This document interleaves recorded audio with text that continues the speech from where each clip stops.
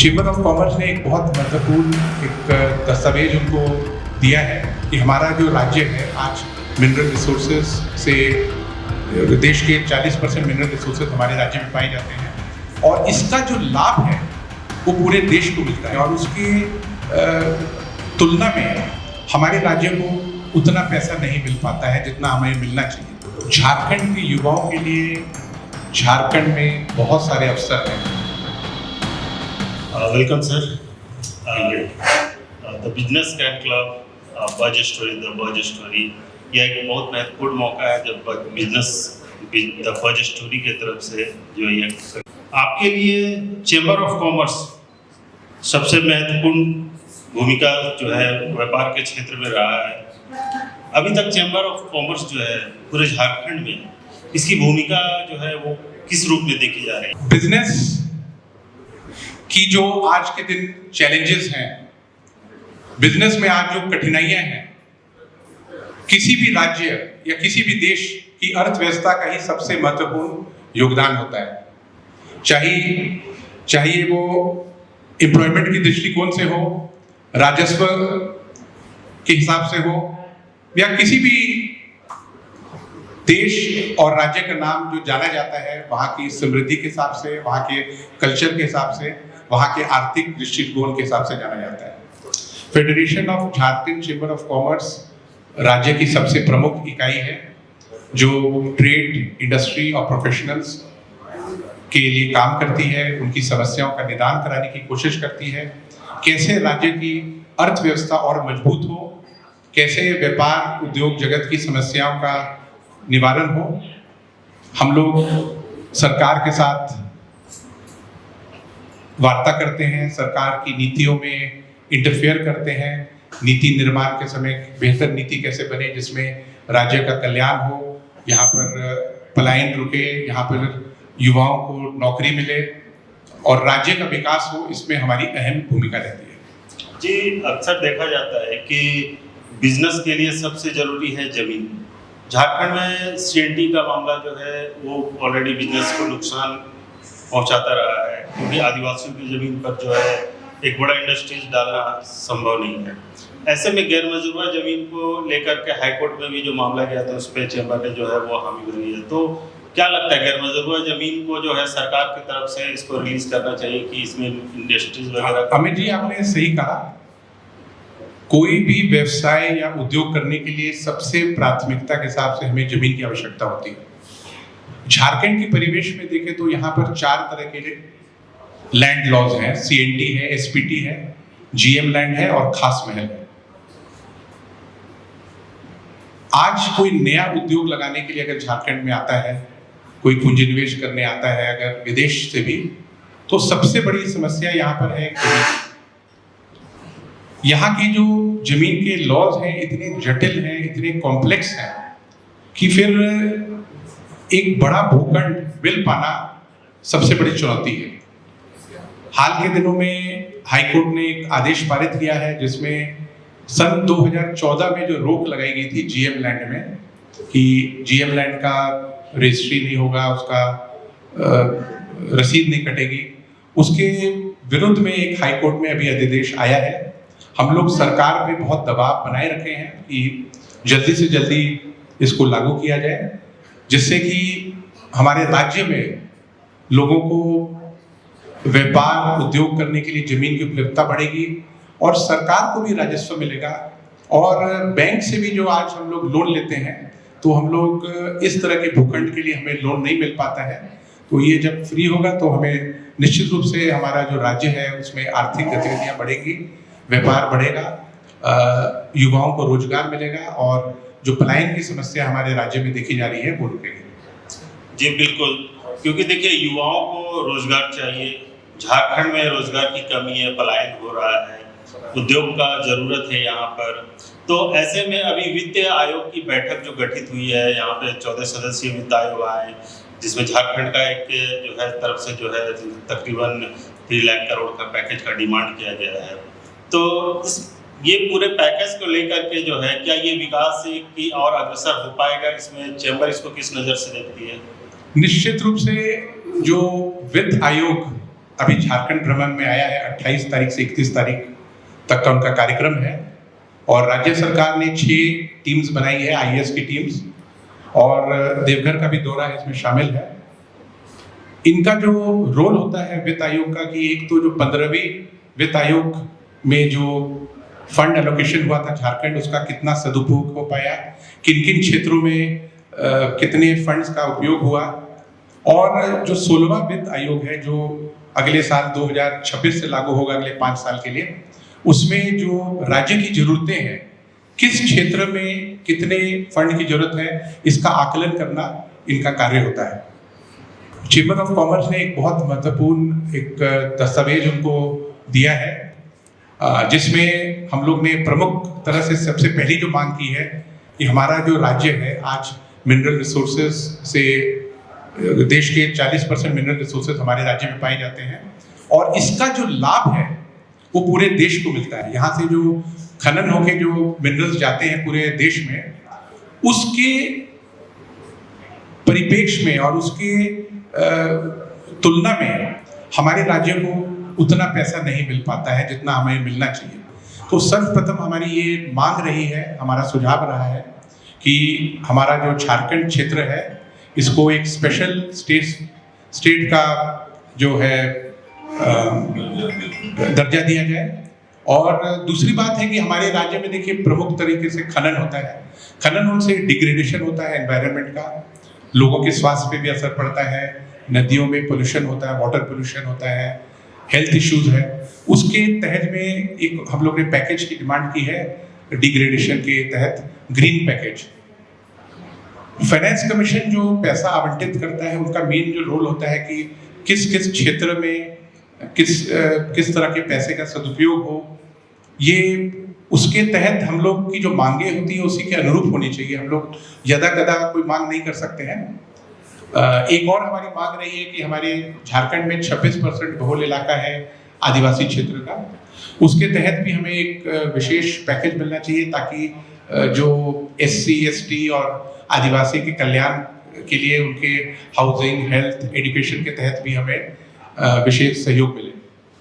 जी बिल्कुल। और एक बात मैं आपको बतलाना चाहूँगा, अगर आप देखें कि हमारे जो सदर्न स्टेट्स हैं इंडिया के, जैसे तमिलनाडु हुआ, आंध्रा हुआ, तेलंगाना हुआ, वो जो प्रदेश हैं इन्होंने फाइनेंस कमीशन से स्पेशल पैकेज वो ले पाने में सक्षम हुए हैं। जैसे तेलंगाना ने मत्स्य पालन के लिए करीब 18,000 करोड़ रुपया कुछ साल पहले उनको मिला था, जिससे वहां पर इस क्षेत्र में काफी प्रगति हुई है। तो फाइनेंस कमीशन से हम लोग कितना कन्विंस कर पाए उनको, और इसका एक कैलकुलेशन भी होता है, आपको बता देना चाहूँगा। जैसे झारखंड, ये एक तो होता है जनसंख्या आधार पे होता है, डेमोग्राफी के आधार पे होता है। जैसे हमारी जो जनसंख्या है वो 2.44% है देश की जनसंख्या के पर, और हमारा GDP जो है वो 1.6% है। तो ये सारे कुछ कैलकुलेशंस हैं जिसके तहत पे जो फाइनेंस कमीशन आवंटित करता है पैसा। हमारा ये इस बार का ये सुझाव और मांग गया है कि आप झारखंड को इस कैलकुलेशन की परिप्रेक्ष्य में नहीं देखते हुए उसको इस राज्य की जरूरतों के हिसाब से आप जो फंड्स का एलोकेशन करें, ये हमारी मांग भी गई। झारखंड भौगोलिक दृष्टिकोण से अन्य राज्यों से काफी अलग है, क्योंकि कई जगहों पे पहाड़ है, समतल भूमि है, नदियां हैं। तो युवाओं को लेकर के ये मन में रहता है कि हमारे पास जो भूमि है वो पहाड़ी नुमा है, तो उन युवाओं के लिए जो बेहतर विकल्प हो सकता है स्वरोजगार के लिए, वो किस रूप में होना चाहिए? बहुत बढ़िया आपका प्रश्न है। और झारखंड के युवाओं के लिए झारखंड में बहुत सारे अवसर हैं। हम लोग ये धारणा लेके बैठे हुए हैं कि हमारे प्रदेश में कोई भी व्यापार उद्योग की संभावनाएं नहीं है, ऐसा नहीं है। स्टार्टअप पॉलिसी है राज्य सरकार की, जिसके तहत हम लोग जो भी हमारे युवा हैं स्टार्टअप करना चाहते हैं उसमें उनका SOP भी बन के तैयार है, और इंक्यूबेशन हब भी यहाँ पर झारखंड में बने हैं। तो फेडरेशन समय समय पे बहुत सारी गोष्ठी, बहुत सारे जो है वर्कशॉप्स आयोजन करते रहता है। जैसे कृषि बिल, जो कृषि आपका ये है जो आपका कृषि आधारित उद्योग हुए, फूड प्रोसेसिंग इंडस्ट्री हुआ, एक्सपोर्ट हुआ, इन सब क्षेत्रों में हम लोग के वर्कशॉप होते रहते हैं और हम लोग हैंड होल्डिंग का काम करते हैं। किस तरह से यहाँ के युवा एक्सपोर्टर में तब्दील हो, कैसे उनको मार्केट मिले, कैसे प्रोडक्ट आइडेंटिफाई हो, ये सब के लिए फेडरेशन निरंतर अपने हमारे जो बिल्डिंग में हम लोग की कार्यशाला होती रहती है। और हम चाहेंगे कि हमारे बीच इस समय जो भी उपस्थित जितने भी युवा हैं और जितने भी लोग इस पे विचार कर रहे हैं कि उनको आगे इंडस्ट्री में आना है, एमएसएमई में आना है या उनको स्टार्टअप में आना है, वो चेंबर से संपर्क करें और हम लोग वहाँ पर उनको विशेष तरह से गाइड करेंगे और किस तरह उनका उद्योग और उनका व्यापार बढ़े उसके लिए हम लोग सुझाव देंगे। युवाओं में जो सबसे अधिक भ्रम की स्थिति इस वक्त बन जाती है कि युवा चाहते हैं कि हम एमएसएमई के माध्यम से कुछ अपना उद्योग धंधा शुरू करें, वही युवाओं के मन में ये भी फीलिंग आता है कि हम स्टार्टअप करें। तो दोनों जो है एमएसएमई के माध्यम से खड़ा होना और एक स्टार्टअप के माध्यम से, ये दोनों में जो एक अंतर है उसको लेकर के एक भ्रम की स्थिति बनी हुई है। देखिए, स्टार्टअप जो होता है ना, स्टार्टअप क्या होता है? एक बेहतरीन आइडिया, बेहतरीन प्रोडक्ट या बेहतरीन सर्विस। स्टार्टअप पॉलिसी के अंतर्गत में सबसे पहले आपको रजिस्टर करना पड़ता है वेबसाइट में। स्टार्टअप जो है सरकार का जो वेबसाइट होता है, आपके पास एक बेहतरीन प्रोडक्ट या आइडिया या आपकी सर्विस होनी चाहिए जिससे आप सबों से भिन्न नजर आए। आप कोई भी नॉर्मल चीज को लेकर अगर आप स्टार्टअप करते हैं तो वो फिर ना तो आपको उसमें कोई इन्वेस्टर मिलेगा, ना कोई उसमें जो रुचि ले पाएगा।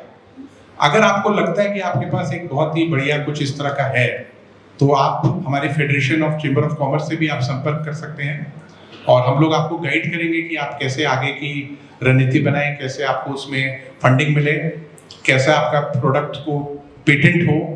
एक बड़ी इंपॉर्टेंट चीज होती है पेटेंट और कॉपीराइट कराना।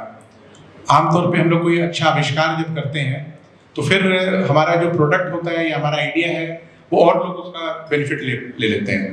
तो हमें जरूरी है कि जैसे ही हमारा ये आइडिया आता है हम लोग उसको कैसे पेटेंट कराएं, कॉपीराइट कराएं। जहाँ तक एमएसएमई की बात है तो आपको बतला दें कि अभी जो केंद्र सरकार भी है बहुत ही ज़्यादा उनका ल्यूक्रेटिव अभी ऑफर्स है। सारे बैंक्स को निर्देशित किया गया है कि वो एमएसएमई के लिए जो भी उद्योग लगाना चाहें उनको आप ऋण दें।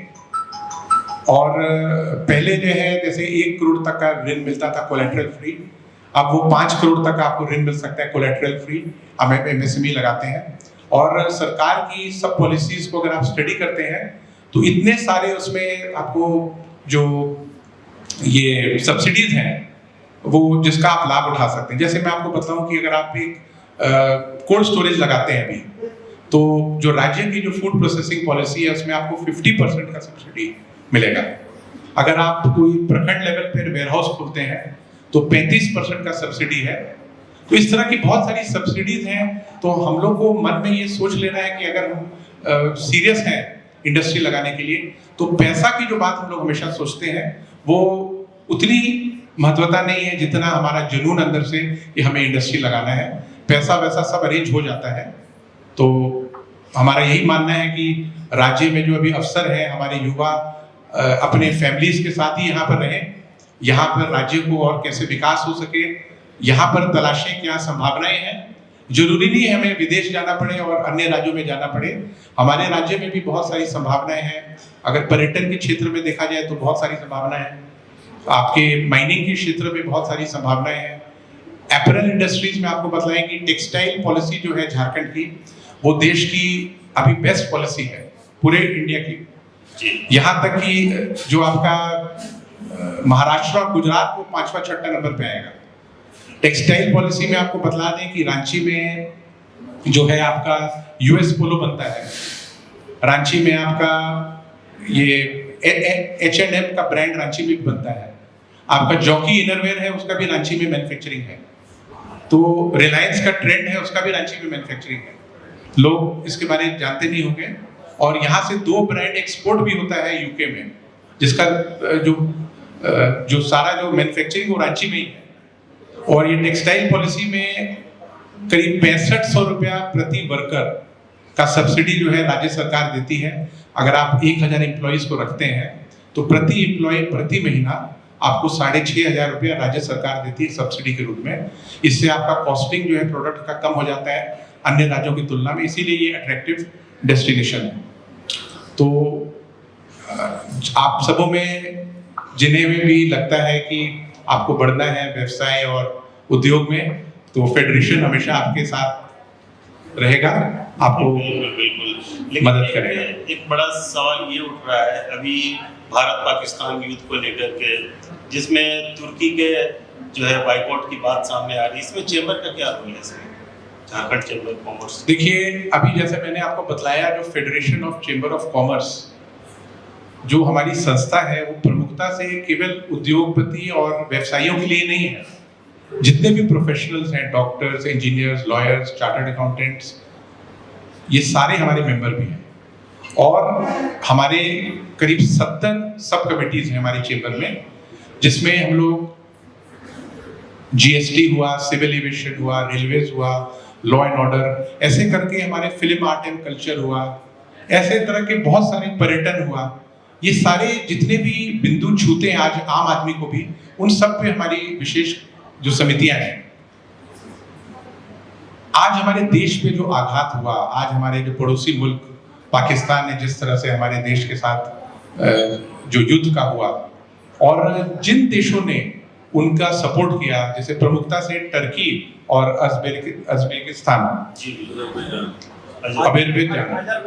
अजरबैजान, तो ये दोनों देशों को हम लोग ने अपने प्रेस कॉन्फ्रेंस के माध्यम से, हम लोग ने जितने भी हमारे राज्य के टूर्स एंड ट्रेवल्स में लोग जुड़े हुए हैं और जितने भी भावी पर्यटक हैं इन दो देशों में जाने के लिए, हम लोग ने अपील किया है कि आप बॉयकॉट करें इन दोनों देशों का, क्योंकि ये हमारे भारत की हितैषी नहीं है। और federation of Jharkhand chamber of commerce अपनी जो है इस मामले में अपना देश के साथ है, और हमारे देश के विरुद्ध में कोई भी जाएगा तो हम लोग उसके आर्थिक बहिष्कार करेंगे, और हम लोग अपने देश को मजबूती से बढ़ने के लिए कोई भी कदम ऐसा उठाएंगे जिससे हमारा देश मजबूत हो। तो उनके प्रोडक्ट्स को जो है बहिष्कार करने के बाद भारत के जो उत्पाद है उनको मौका मिल सकेगा इससे? देखिए, अभी तक तो हमारे राज्य से बहुत कम ही निर्यात हो रहा है इन दोनों देशों में, शायद नहीं के बराबर ही है, लेकिन हमारे राज्य में बहुत सारा प्रोडक्ट आ रहा है इनडायरेक्टली टर्की और अजरबैजान से। ये जैसे आपके यहाँ के जो सेब हुआ, फ्रूट्स हुआ, ड्राई फ्रूट्स हुआ, कुछ कालीन हुआ, पर्दे हुए, इस तरह के जो आइटम्स हैं, फर्नीचर हुआ, ये इनडायरेक्टली हमारे राज्य में भी आता है। तो आप सबों से यही कहना है कि आप बहिष्कार करें, इन दोनों देशों के प्रोडक्ट्स को हम लोग नहीं लें, और हमारे पास बहुत बेहतर विकल्प हैं। जरूरी नहीं है कि हम लोग इन्हीं देशों का सामान लें, और हमारे राज्य से भी जो भी एक्सपोर्ट होता है तो हम लोग हमारे पास और बेहतर विकल्प हैं दुनिया में। हम लोग चाहेंगे कि इन देशों से हम लोग का व्यापार। जी बिल्कुल।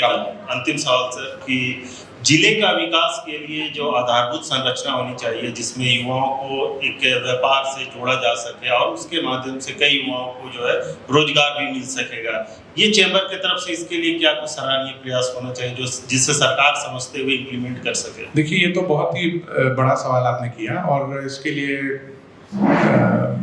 अकेले जो चैम्बर है, चैम्बर बहुत तरह से कार्य कर रहा है इसके लिए।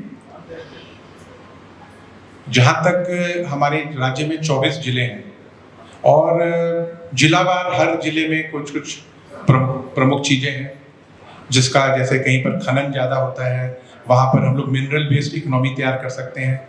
मिनरल से संबंधित जो व्यवसाय हो, जैसे मिनरल प्रोसेसिंग इंडस्ट्री हो, उसका वहाँ पर बढ़त होना चाहिए। झारखंड में एक मैन्युफैक्चरिंग हब नहीं है। यहाँ से देखिए, जो भी मिनरल्स हैं वो अन्य राज्य में जाके फिनिश्ड गुड्स में तब्दील होते हैं। हमारा मानना है कि राज्य में एक और स्टील प्लांट की स्थापना होनी चाहिए। हमारे पास अभी 2 स्टील प्लांट हैं। हमारा ये मानना है कि राज्य में डिफेंस और रेलवे के बड़े संयंत्र लगने चाहिए, ताकि इन दोनों के अधीन बहुत सारे जो है आपके एंसिलरी इंडस्ट्रीज आए, यहाँ के युवाओं को रोजगार मिले, इकोनॉमी बढ़े, जीएसटी बढ़े, यहाँ पर कलेक्शन, यहाँ पर रॉयल्टी बढ़े। हमारा ये मानना है कि यहाँ पर जैसे हम लोग राज्य से कोयला का निर्यात करते हैं पूरे देश को, हम लोग यहाँ पर जो है थर्मल पावर स्टेशन लाएं, ताकि कोयले के बदले हम लोग पूरे देश को बिजली यहाँ से भेजें, जिससे बहुत वैल्यू एडिशन होगा, रोजगार बढ़ेगा। हमारा ये मानना है कि यहाँ पर जो है ऑटोमोबाइल हब बने। आज हमारे बीच, हमारे जो प्रदेश में आप देखिएगा बड़े बड़े घराने हैं, टाटा है, बिरला है, आपका अडानी है, तो आज वो हमारे राज्य में और पूंजी निवेश नहीं कर रहे हैं, वो अन्य राज्यों में जा रहे हैं, जबकि उनके साथ झारखंड का बहुत पुराना नाता है। आज हिंडाल्को जो है बिरला समूह का है, कि क्यों नहीं हिंडाल्को यहाँ पर और बहुत सारे उद्योग लगाए, टाटा जो है वो झारखंड में और सारे संयंत्र लाए। हमारी कोशिश हमेशा होती है कि हम लोग सरकार के साथ दबाव देते हुए एक ऐसा माहौल क्रिएट करें कि यहाँ पर विदेश से भी पूंजी निवेश बढ़े और अन्य राज्यों से भी पूंजी निवेश आए, यहाँ से पलायन रुके, यहाँ के युवा को यहीं पर रोजगार मिले। ये सरकार के साथ प्रतिदिन हमारा कार्य चलते रहता है और हम लोग काफी जोर से सरकार पे अपना पक्ष रखते हैं और उनको ये बात हम लोग बतलाते हैं। बाकी देखिए सब तो पॉलिटिकल इश्यूज भी हैं, देखिए, और सरकार की क्या प्राथमिकता होती है आप सब जानते भी हैं, वोट बैंक और वगैरह। तो सरकार का अगर प्राथमिकता ये रहे उद्योग और व्यवसाय और पलायन रोकने के लिए, तो शायद हम लोग एक बहुत बेहतर झारखंड अभी तक देख चुके होते। देखिए झारखंड में जब रांची में PSU लगा था HEC, उसी वक्त बेंगलोर में भी PSU लगा था, तो HEC के साथ बेंगलोर में भी एक PSU लगा, लेकिन बेंगलोर को वो वहाँ पे ग्रोथ काफी अच्छा रहा। आज बेंगलोर जो है काफी ऊंचाई पर है। वही रांची में जो PSU लगा HEC, लेकिन यहाँ पे ग्रोथ उस तरह का नहीं हुआ। बोकारो में भी PSU लगा। तो क्या आने वाला समय में झारखंड में PSU के माध्यम से बेहतर विकास हो सकता है या फिर निजी कंपनियों के माध्यम से ही संभव है? देखिए दोनों का अपना अपना रोल होता है। जब केंद्र सरकार ने PSU लगाया पूरे देश में सब जगह पे, उस समय क्या था कि जो रोजगार और जो सैलरीज मिलती थी वो आपको प्राइवेट सेक्टर में बहुत कम हुआ करती थी, और सरकार का ये उद्देश्य होता था कि जो PSU के माध्यम से एक स्टैंडर्ड कायम करके रखते थे कि इस रूप से सैलरी होना चाहिए, इस रूप से ग्रोथ होना चाहिए और ये फैसिलिटीज होना चाहिए जो भी आपके कामगार के लिए। आज के दिन तो जो प्राइवेट सेक्टर वो काफी आगे निकल चुका है और सरकार के जो सैलरीज से ज्यादा जो प्राइवेट सेक्टर में आज के दिन जो है आपको अवसर दिखते हैं। तो मेरा तो मानना है कि प्राइवेट सेक्टर के साथ साथ पब्लिक सेक्टर का भी कहीं कहीं पर रहना आवश्यक होता है, क्योंकि जो बहुत बड़े सेक्टर होते हैं अगर पूरा वो पूंजी निवेश वो प्राइवेट हैंड्स में जाता है, वो भी एक देश के लिए बहुत अच्छी बात नहीं रहती है। दोनों का किस तरह से लिवरेजिंग हो वो हमें देखना है। हाँ, झारखंड एक ऐसा क्षेत्र है जिसमें सबसे ज्यादा अपॉर्चुनिटीज इस समय एग्जिस्ट करती हैं, और केंद्र सरकार का जो मंतव्य है कि विकसित भारत 2047, उनमें पूर्ववर्ती राज्यों की अहम भूमिका के बारे में बात की गई है, और मुझे लगता है इसके तहत Jharkhand should be the growth engine in the coming times for विकसित भारत 2047। यानी विकसित भारत जो है उसके लिए प्राइवेट कंपनियां जरूरी है।